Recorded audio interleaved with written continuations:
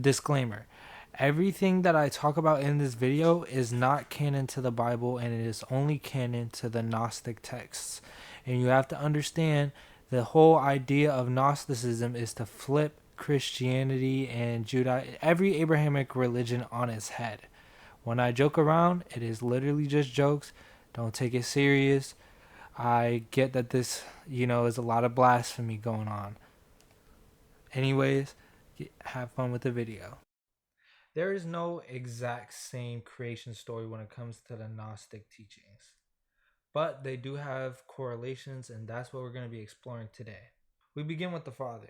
I wouldn't say he's the one true God, but he is kind of like the originator of everything that is inside the pleroma, which is basically heaven, and pleroma translates to fullness. Like, I would say it's not like the heaven that Christians really think about. It's more like nirvana if it was a place. In this story, the Father doesn't really have a personality, and this will be the last time you're really hearing about him, because he's more like a beacon for divine beings to sprout from him than an actual being, I would say. Because, like, yeah, he makes decisions, but like, the farther you get from him, the more personality he develops, because that's more for what we can understand. They lose the divinity as they sprout from him. It's kind of like his children, and the farther you go down the bloodline, the less divine they are, and the more human they seem to be. There are rules for how beings are born, because he doesn't just give birth to all of them. His children also give birth to other, deities. So these deities, which are called aeons, um need permission from their father, and they procreate kind of in the same way humans do with a partner. You get what I'm saying? Their counterpart, and that is what is needed, as long as, like, along with permission with the father, to be able to, create another deity. And with all the mechanics out the way, this brings us to the prequel of the Gnostic version of Genesis. This story starts with Sophia. Sophia is a descendant of the father, and she is very far removed from him. And she is basically the embodiment of wisdom, right? And she decided that she wanted to create a being by herself, without permission of the father, or without her partner, or, just something went wrong. It could be a combination of all of those. The Gnostics weren't very consistent, but either way, all you need to know is it was missing something, and it created a monster. There's a lot of different Gnostic texts that describe this being differently. Most of them describe a narcissist with mommy issues, and some of them describe a being who just wants love and wants to get better. It's up to you to see whether you feel like if any of those work for you. The child of Sophia, who we call Yaldabaoth, there's a lot of different debate on how you say that name. There's no actual pronunciation for it, so we're just gonna call it how I call it, Yaldabaoth. Anyway, Sophia throws her child out of the pleroma into the kanoma, which basically translates into emptiness. Because Yaldabaoth finds himself in a vast sea of emptiness, he convinces himself that he is the one true God. In an act of imitation towards the pleroma and the father, he creates his own children, who we call archons. These archons are more demonic in nature than anything. They're very evil, self-centered, me drawn, but they tend to do his bidding.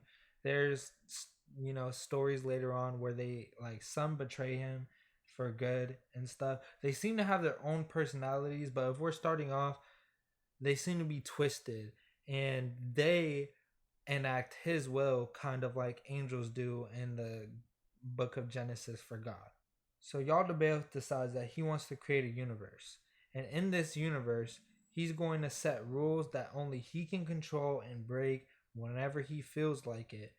And because of this, the Kanoma explodes into matter, time, space, and all these different concepts stem from the rules that Yaldabaoth put in place. After Yaldabaoth creates the earth, he then boasts to his archons like, I'm the only one that could have ever done this.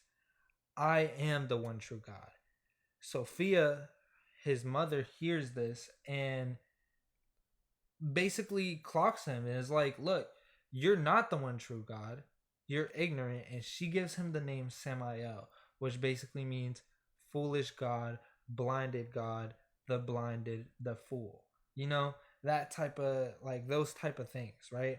He gets mad, sends his archons to basically slide her block, but they can't really go into the pleroma, or sometimes they do. Like, it's not consistent. All you need to know is they scraped the edges of the pleroma, got some divine essence, and brought it back to Yaldabaoth. Yaldabaoth had a amazing idea and decided to put that divine essence into his new being, a human. Now, this being wasn't Adam or Eve. It was kind of like the combination of both. And because it had both counterparts, it decided that it wanted to procreate like every other thing has done in this story. But Yaldabaoth wasn't rocking with that. So he split them into two, right? And now we have Adam and Eve. He places them in a garden and makes it paradise so that they'll never want to leave him and go back to the pleroma, because he could see that that's the direction things were going in, and he was not feeling it. So Sophia sees all this going down and decides, yo, I'm not having this. So she goes into the material world and plants a tree in the garden. And this tree has fruit that would give Adam and Eve the knowledge of good and evil, essentially letting them see who Yaldabaoth is and letting them know that this is a prison and that their home is the pleroma. Yaldabaoth crashes out and tells Adam and Eve, look, if y'all eat from that fruit, you gonna die. Like he just like lays it out like, look, if you eat from that fruit is actually poison and it's gonna kill you, and so you just don't want to eat it, right? Adam and Eve is like, all right, bro, you know, you got it, bro. Like, you the god or whatever. I'm not about to oppose you. They chilling. But Sophia sees this and decides to give them a little nudge again. So she comes in the form of a snake to Eve and lets Eve know to eat the fruit. Eve goes and eats the fruit and brings it to Adam, and they eat the fruit together. Then they have the concept that, oh my God, I know what the pleroma is, I know what we are, and I know what Yaldabaoth is. And we got to get out, right? So they go and hide. Because Yaldabaoth isn't all knowing and all powerful, he goes into the garden and tries to find them. He can't find them, so he asks where they are, right? He calls out to Adam. Adam is low key a bitch in this story. I'm not even gonna lie. Adam decides that he wants to go out there and tell him everything that happened and blame it all on Eve. Eve is a G and decides she wants to leave, right? So she goes to leave, but Yaldabaoth sends his archons to go and do not nice, un PG 13 things to her. And I'm not gonna lie, if you're Adam in this story, you're a bitch, bro. Like, I'm not even gonna cap. Like, I'm sorry. He then tells them that this is the punishment that they get. And because the archons did not nice things to Eve, she then has this period where she bleeds once a month. You know, it's a cry for what happened to her at that time. And you'll see that the rest of humanity kind of bears that struggle as well. And Yaldabaoth tells them that this is what you get for defying me. And I'm the one true God, and I'm jealous. So you better not go mess with no one else, bro. Like, you better not ever try to leave. You better obey me. Adam and Eve realize that Eve is pregnant by one of the archons, and she gives birth to Cain. Adam and Eve then, you know, get together and they give birth to Abel. I forgot his name for a second. Sorry. Which, by the way, how could you ever sleep with the man that snitched on you? Like, I get that he's the only meat on the planet, but like, bro, like, come on now, bro. You gotta have Like, I don't know, bro. I don't know what was going on at that time, bro. At that point, just end the bloodline. Just end the bloodline, bro. Just do it, bro. Adam and Eve realizing that they now have two children to take care of. They cannot afford to screw up again. You know what I'm saying? They cannot afford to anger Yaldabaoth, so they play into his god complex and start murdering things in the name of him and burning them for him. And this is what we'll know as sacrifices. Yaldabaoth is pleased by this, so he lets, Cain and Abel grow up. Cain grows up to be a wheat farmer. Abel grows up to, herd cattle and all that good jazz. When it comes time for both of them to, give their sacrifices to God, Cain burns wheat, Abel burns a goat, right? And because Yaldabaoth is like twisted in the head, he likes when things suffer more in death. He likes when things suffer before they die. And because of that, he blessed Abel but didn't bless Cain because he didn't view like wheat as an actual sacrifice, which you're freaking weird, bro. I'm not even gonna lie, you're weird. And out of a fit of rage, Cain is like, "Oh, you want something that suffers before it dies?" So he murders his brother, and Yaldabaoth finds this hilarious. And as a reward for this, he then gives Cain a mark that basically makes it so that anybody who tries to kill him dies. You know what I'm saying? And you know, this is just a crazy story from what I grew up listening to, what I grew up knowing. Like, it's a crazy narrative. I always thought that it was kind of weird that this was all I kind of thought it was all weird, but at the same time, this junk is really weird. I'm not even gonna lie. Anyway, Adam and Eve see this happening and are appalled. They kick Cain out the family and send him to wander the earth. And they give birth to two more children, Seth and Neriah. Now, all you really need to know about Neriah is that she hit a Miles Morales and said, "Nah, I'm gonna do my own thing," and just left. You do not see her until way later. But in this story right now, we're worried about Seth, whose children repopulate the earth. Everything is Gucci. So, Yaldabaoth was not really feeling peace and love. You know what I'm saying? He got a taste of, the murder that, Cain got, and he wanted anarchy, bro. He realized humans were capable of that and wanted anarchy. So he sent his archons down to impregnate humans, which gave birth to a race of giants who in the Bible is called the Nephilim. Now these giants, bro, they eat everything, bro. They eat everything.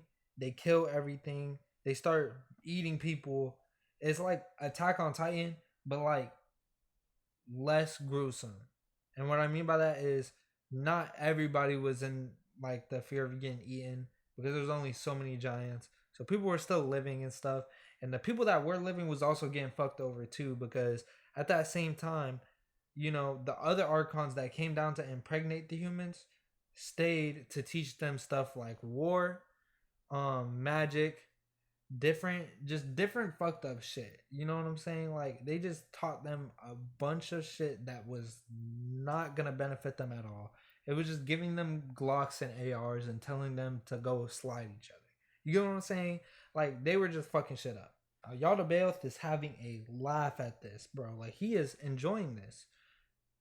4 archons get to know the humans and decide that they want to help them, right? They want to rescue these humans, bro, because these humans, you know what I'm saying? They didn't do nothing. They just was there. Now, while Yaldabaoth is having while Yaldabaoth is having a hilarious time, he's just laughing and having fun. 4 archons decide that they want to switch sides and become the good guys and help the humans because the humans didn't do anything to deserve this. These archons' names are Wrath, Leo, Mikey, and Donatello. Nah, but for real though, their names were Gabriel, Uriel, and the first two were right about, like, Raphael, Mikey, whatever. Now these four archons split up. Two handle the other archons, one handles the giants, and then one goes on a quest to find Nerea, which, if you don't remember, it was Seth's sister and from Adam and Eve. Now Yaldabaoth is heated. He gets news of this and decides that he's going to like throw a tantrum and just murder everything by starting a flood. But before this, he finds somebody who hasn't been, affected by any of this, and his name was Noah. He tells Noah to grab his family and get two of each animal and build an ark, right? Nerea pulls up in the middle of Noah building the ark, and Nerea tells Noah, yo, like, let me get on the ark, you know what I'm saying? Let me live or whatever. Noah tells him, no, I serve y'all to Baals. Nerea doesn't like this, so Nerea slides his block. I'm talking about, like, bro, like with her like magical gnostic like awakening powers, because she finds out that she's an aspect of Sophia while she's on her, solo arc or whatever. Bruh, she starts fucking shit up. Like she blows fire. I didn't know she could breathe fire, but she breathes fire on Noah's ark and burns that junk. And so Yaldabaoth sees this and sends his archons to basically do the same thing that they did to Eve, but to Nerea, right? Nerea's not having this. Nerea's like, you're not going to do to me what you did to my mama. So then she slides them, and then Uriel, the fourth angel, well, archon that decides to help her, now angel, brings her to the Pleroma, right? Whatever. Back on Earth, the giants get slain, and their souls become demons, like what you find as demons in the Bible, because they're half divine souls, so they're like kind of like in limbo or whatever.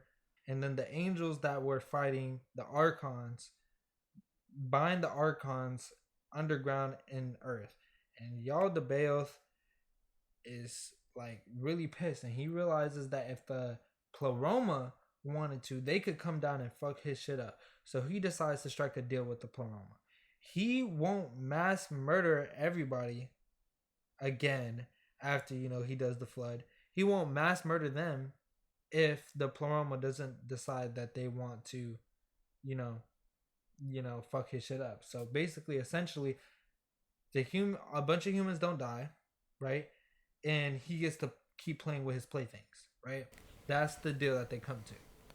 This is where I'm going to end the video. I hope that everybody had an amazing time watching this video. Subscribe, like, and if you want to see the rest of the Gnostic texts, then, comment below. And if you want to see other topics covered, also comment below, and I'll be happy to cover them.